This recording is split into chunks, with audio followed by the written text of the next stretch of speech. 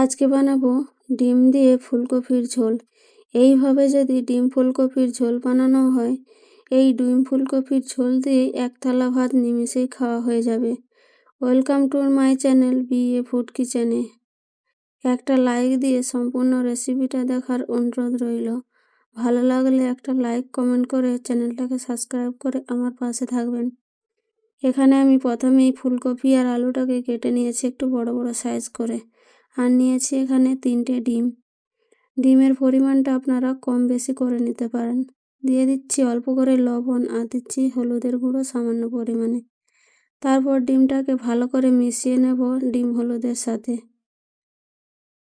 এখানে আপনারা ছোট ছোট করে পেঁয়াজ কুচি, কাঁচা লঙ্কা কুচিও ব্যবহার করতে পারেন, তবে আমাদের ঘরে বাচ্চা খাবে তাই আমি আর এখানে দিলাম না।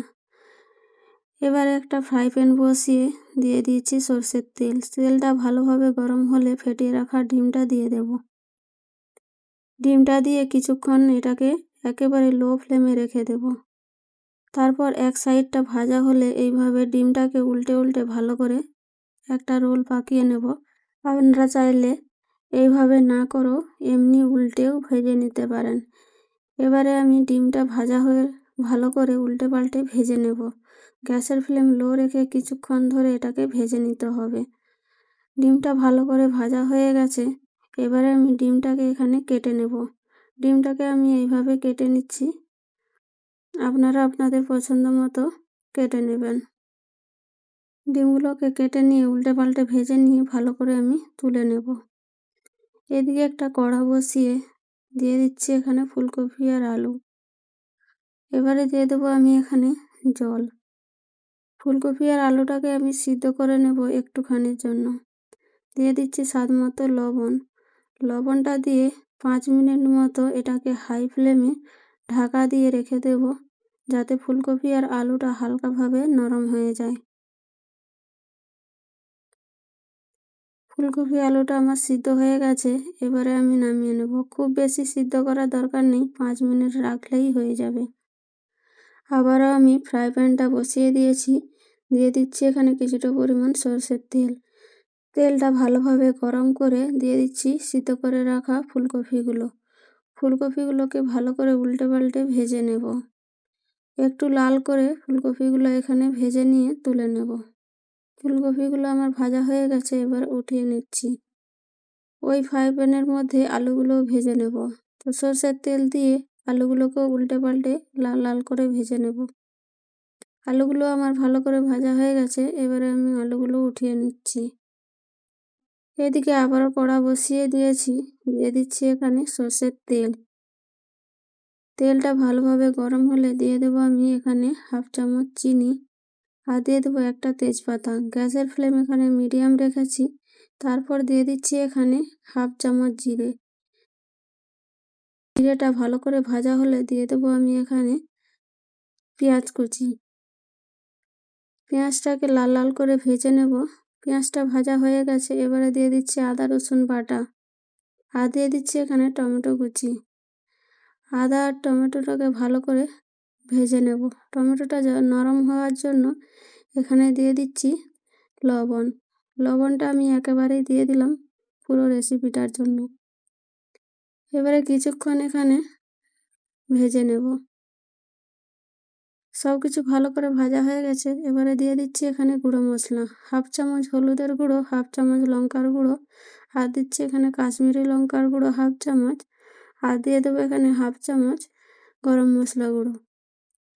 এবারে মশলাটা তেলের সাথে কিছুক্ষণের জন্য মিশিয়ে নেব।